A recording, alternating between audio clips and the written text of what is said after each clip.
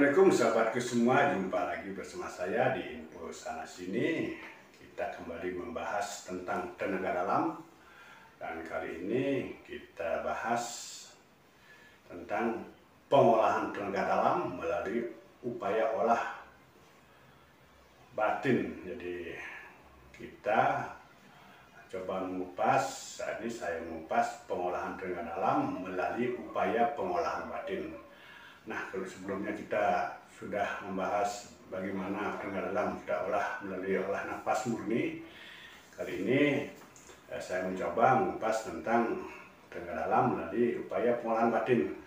Pada beberapa kalangan pelaku tenaga dalam, sebagian ada yang meyakini kemampuan tenaga dalam dapat diperoleh dengan cara pengolahan batin, baik itu dengan cara membaca mantra-mantra yang barangkali zaman dahulu seperti itu, kawan, dengan mantra-mantra tertentu, atau dengan mengamalkan wirid yang pada umumnya dia akhiri dengan ritual puasa. Beberapa di antara mereka ada yang mengakhiri dengan ritual, misalnya pemotongan ayam jago barangkali. Cuma kita tidak pernah melakukan itu, ya kawan. Saya sendiri tidak pernah melakukan ritual semacam itu. Kemudian beberapa di antara mereka ada yang mengakhiri dengan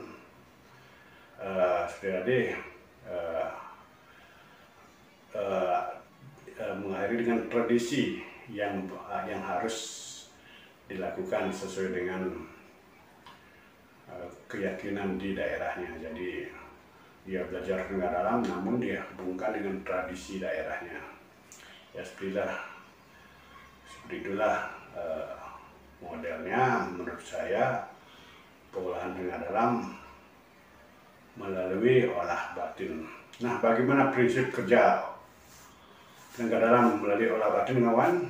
Jadi menurut saya sendiri, sesungguhnya apapun bentuk sistem pengolahan energi tubuh yang dilakukan pada diri kita, hasil kerja yang diperoleh adalah berupa peningkatan sistem kerja gelombang elektromagnetik. Jadi tetap kembali kepada pembahasan pertama, hasilnya adalah gelombang elektromagnetik dalam tubuh, namun teknik dan caranya yang membedakan. Jadi kalau teknik olah batin murni, kawan, yang dimaksud teknik olah batin murni adalah sistem olahan gelombang elektromagnetik yang dilakukan hanya dengan pembacaan lafal-lafal tertentu tanpa dibarengi dengan pengolahan gerak-gerak jurus atau gerak-gerak napas tertentu seperti pada sistem olah napas tenaga dalam dari olah pernapasan. Jadi di sini yang kerja keras hanyalah kekuatan konsentrasi pikiran, keyakinan, perasaan hati yang diolah menyatu bersama lafal-lafal mantra atau wirid-wirid yang dimaksud. Jadi di sini hanya lebih besar bertumpu pada keyakinan dirinya. Jadi keyakinan diri di sini yang lebih mendominasi kalau kita bicara tentang kebatinan. Lafal-lafal tersebut pada dasarnya mengandung arti permohonan terhadap Yang Maha Kuasa yang diyakini mampu memberi kekuatan tertentu tanpa adanya latihan nafas, gerak tubuh, atau tanpa adanya latihan jurus-jurus. Jadi mereka yakin, kan, dengan membaca mantra tersebut mereka akan menghasilkan tenaga dalam yang pada intinya itu yang dia lakukan adalah doa atau permohonan kepada Sang Holik, Sang Kuasa. Seperti itu, kawan. Di sini yakini akan memberikan kekuatan tertentu dengan tanpa adanya latihan nafas dan gerak tubuh. Maka secara logika tentunya efek gelombang elektromagnetik yang dihasilkan sudah barang tentu lebih kecil dibandingkan apabila dibarengi oleh gerak nafas atau gerak dan jurus. Jadi seperti itu logikanya. Jadi kalau dengan diiringi dengan gerak dan jurus, tentunya gelombang elektromagnetiknya akan lebih kuat, lebih besar. Tapi kalau hanya dengan berdasarkan keyakinan, lafal tentunya tetap ketika kita berkonsentrasi atau melafalkan sesuatu, tentunya tetap ada proses gelombang elektromagnetik, namun tentunya akan lebih kecil tingkat ininya, lebih halus ya sifatnya. Berbeda dengan yang bersifat fisik langsung. Itu bedanya kawan-kawan. Jadi menurut saya seperti itu bedanya. Jadi kawan-kawan, gelombang elektromagnetik yang dihasilkan sudah barang tentu akan lebih kecil dibandingkan apabila dibarengi oleh gerak napas tubuh atau gerak dan jurus-jurus tertentu.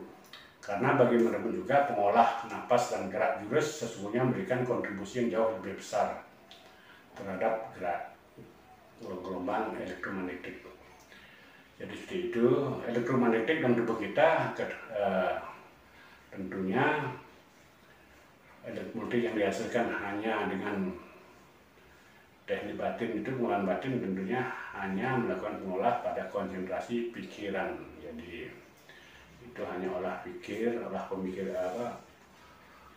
konsentrasi pikiran. Jadi kalau secara elektromagnetik menurut saya itu yang bekerja hanya pada kasat mata atau otak lah, seperti itu. Jadi tentunya hasil gelombang elektromagnetik secara kasat mata tentunya akan lebih halus, lebih kecil hasilnya ketimbang kita melakukan olah napas dengan pernapasan murni yang disertai dengan jurus. Jadi pernapasan murni itu maksudnya dia pakai jurus 1, jurus 2 dan seterusnya. Itu gelombang elektromagnetik yang dihasilkan akan lebih besar dan bisa divisualisasikan, artinya bisa didemokan. Sedangkan untuk kebatinan jarang kita lihat orang belajar kebatinan kemudian didemokan secara massal, jarang. Jadi seperti itulah pengolahan dengan dalam melalui dengan teknik kebatinan. Olah dengan dalam melalui upaya olah pernapasan akan berbeda hasilnya dengan olah kebatinan. Jadi olah pernapasan gerak dan tubuh hasilnya lebih kelihatan secara kasat mata, sedangkan kebatinan lebih halus dan jarang dipertontonkan kalau yang jenis pengolahan tenaga dalam lewat kebatinan. Jarang kita tonton, lihat, oh tenaga dalam kebatinan ini dia latihan berdemo, ada melakukan demo massal, jarang. Beda dengan yang namanya pernapasan. Pernapasan dia latihan di tempat terbuka, tempat umum sudah biasa. Anggaplah seperti Satria Nusantara atau Margaluyu itu yang disertai dengan gerak jurus pernapasan atau gerak napas jurus 11 misalnya. Itu biasa di tempat terbuka dan bahkan ditonton oleh banyak orang. Oke sahabatku semua, semoga saja bermanfaat. Kita ketemu lagi di tema yang berikutnya. Wassalamualaikum warahmatullahi wabarakatuh. Jangan lupa like dan subscribe-nya. Tetap sehat.